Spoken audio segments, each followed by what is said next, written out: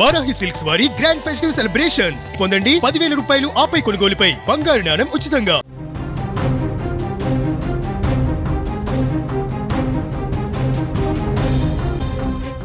రాజోలు దీవి blowout కలవరం నుంచి ఇప్పుడిప్పుడే కోలుకుంటుంది. సోమవారం మధ్యాహ్నం నుంచి తీవ్ర కలవరానికి గురైనటువంటి మలికీపురం మండలంలోని ఇరుసుమండ పరిసర గ్రామాలు ఊపిరి పీల్చుకుంటున్నాయి.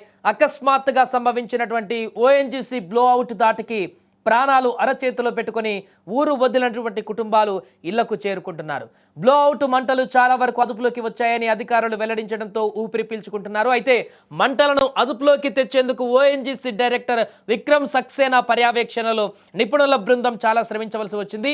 దీంతో తాళాలు వేసి పునరావాస కేంద్రాలకు వెళ్లి తలదాచుకున్నటువంటి ఇరుసుమండ ప్రాంత ప్రజలు తమ ఇళ్లకు చేరుకుంటున్నారు.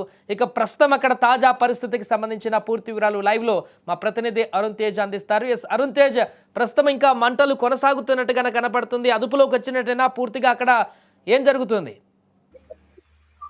అంటే పచ్చడి కోనసీమ, పచ్చడి దుప్పటి కుప్పని కోనసీమ ప్రస్తుతం రాజోల దీవిలో బ్లోఅవుట్ కలకలంతో కలవరపడుతుంది. ప్రస్తుతం ఇంకా పరిస్థితి అయితే కొంతవరకు అదుపులోకి వచ్చిందని చెప్పొచ్చు. కాకపోతే మంటలు అనేది ఇంకా అలాగే ఉన్నాయి.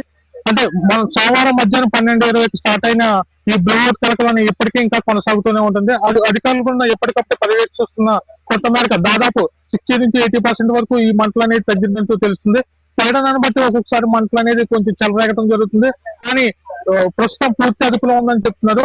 ఎప్పటికప్పుడు అంటే ఢిల్లీ బృందం ఎప్పటికప్పుడు ఈ పరిస్థితిని సమీక్షించి ఇక్కడ ఎన్డీఆర్ఎఫ్ బృందం కానీ, ఫైర్ సేఫ్టీ బృందం కానీ మొత్తం అందరూ కూడా ఇక్కడే ఉండి పరిస్థితిని సమీక్షిస్తున్నారు. ఇక్కడ తాజా పరిస్థితిని ఎప్పటికప్పుడు కోనసీమ జిల్లా collector Mahesh Kumar and Rahul Meena, SP Rahul Meena ఎప్పటికప్పుడు పర్యవేక్షిస్తున్నారు. ఎంపీ హరీష్ కుమార్, శాసనసభ్యులు ఎమ్మెల్యే దేవప్రసాద్ 24/7 ఇక్కడే ఉండి ఇక్కడ చుట్టుపక్కల ఉన్న గ్రామాలకు ఎటువంటి ఇబ్బంది కలగకుండా చూస్తున్నారు. దాదాపు చుట్టుపక్కల 5 గ్రామాలు, ఇరుసుమండ చుట్టుపక్కల ఉన్న 5 గ్రామాల్లో కూడా విద్యుత్ అనేది పునరుద్ధరించడం కూడా జరిగింది.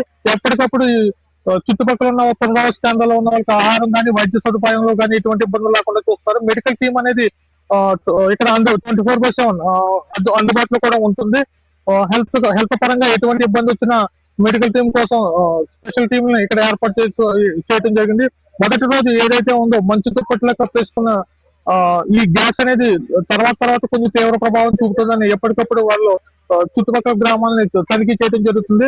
ఇప్పుడిప్పుడే అంటే వలసపోయిన విరుసుమండ గ్రామంలోని వలసపోయిన ప్రజలంతా కూడా ఇళ్లకు వచ్చి చేరుతున్నారు. కొంతమంది అయితే పునరావాస కేంద్రాల్లో ఉండటం జరిగింది. ఇంకొంతమంది అయితే చుట్టుపక్కల బంధువుల ఇంటికి కూడా వెళ్ళిపోవడం జరిగింది. ప్రస్తుతం అయితే తాజా పరిస్థితి అయితే బాగానే ఉంది. కాకపోతే అంటే 2023లో ఈ ఓఎన్జీసీ అనేది కార్యకలాపాలు స్టార్ట్ చేయడంతో 2000 తర్వాత కొన్ని సంవత్సరాల్లో దీంట్లో ఉన్న చమురు నిక్షేపాలన్నీ ఆగిపోవడంతో 2024కి డీప్ ఇండస్ట్రీకి దీన్ని కాంట్రాక్ట్ ఇవ్వడం జరిగింది. దాంట్లో ఉన్న 30 నుంచి 40 మిలియన్ల క్యూబిక్ మీటర్ లోతులో గ్యాస్ ఉండటం వల్ల దాన్ని మళ్ళీ రీప్రొడక్షన్ రీబిల్డింగ్ పనులు స్టార్ట్ చేశారు. మన సోమవారం అంటే ప్రేరణ అధికం ఎక్కువ అవడంతో గ్యాస్ అనేది ఎగదమ్మడం జరిగింది.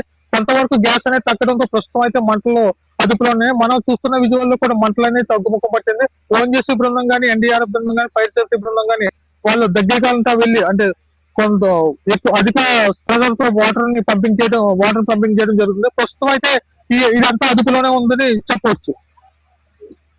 ముఖ్యంగా అటు ఇప్పటికే బయటకు వెళ్ళినటువంటి ప్రజలు కూడా ఎవరైతే పునరావాసాలకు వెళ్లారో వారు కూడా తిరిగి గ్రామాలకి చేరుకుంటున్నట్టుగా తెలుస్తుంది. ఎంతమంది గ్రామస్తులు అక్కడికి రావడం జరిగింది? వారు ఏమన్నా చెప్తున్నారా అక్కడ జరిగినటువంటి పరిణామాలకు సంబంధించి? అంటే మొదటి రోజు ఏదైతే గ్రామస్తులు ఎంతో భయపడి ఎలా ఉందో అలాగా అంటే తలుపులకు తాళాలు వేసి ఇళ్లను ఖాళీ చేయడం జరిగింది. ప్రస్తుతం అయితే పునరావాస కేంద్రాల్లో ఉన్న ప్రజలు ఒక్కొక్కరుగా అంటే గ్రామం నుంచి ఇంటి నుంచి ఒక్కొక్కరిని ఇంటికి వెళ్ళి చెక్ చేసుకోమని అధికారులు కూడా పంపించడం జరుగుతుంది. ప్రస్తుతం కొంతమంది అయితే పునరావాస కేంద్రాల నుంచి గ్రామాలకు రావడం జరుగుతుంది. ఇంకా పరిస్థితి అదుపులోకి వచ్చిన తర్వాత ఈవినింగ్ కానీ రేపు మార్నింగ్ కానీ మొత్తం గ్రామాన్ని అంతా గ్రామంలోకి ప్రజలను వచ్చేలాగా అధికారులు చూస్తున్నారు. ఇక్కడైతే పరిస్థితి ప్రస్తుతం అయితే ఎప్పటికప్పుడు పోలీసు పర్యవేక్షణలో, రెవెన్యూ డిపార్ట్మెంట్ కూడా పర్యవేక్షణలో కూడా జరుగుతుంది. తేజ, సో మొత్తానికి అది ప్రస్తుతం ఇంకా మంటలైతే పూర్తిగా అదుపులోకి రానటువంటి పరిస్థితి ఉంది. బట్ మొదటి రోజుతో పోలిస్తే ఇప్పుడు కొంత కంట్రోల్లోకి వచ్చింది.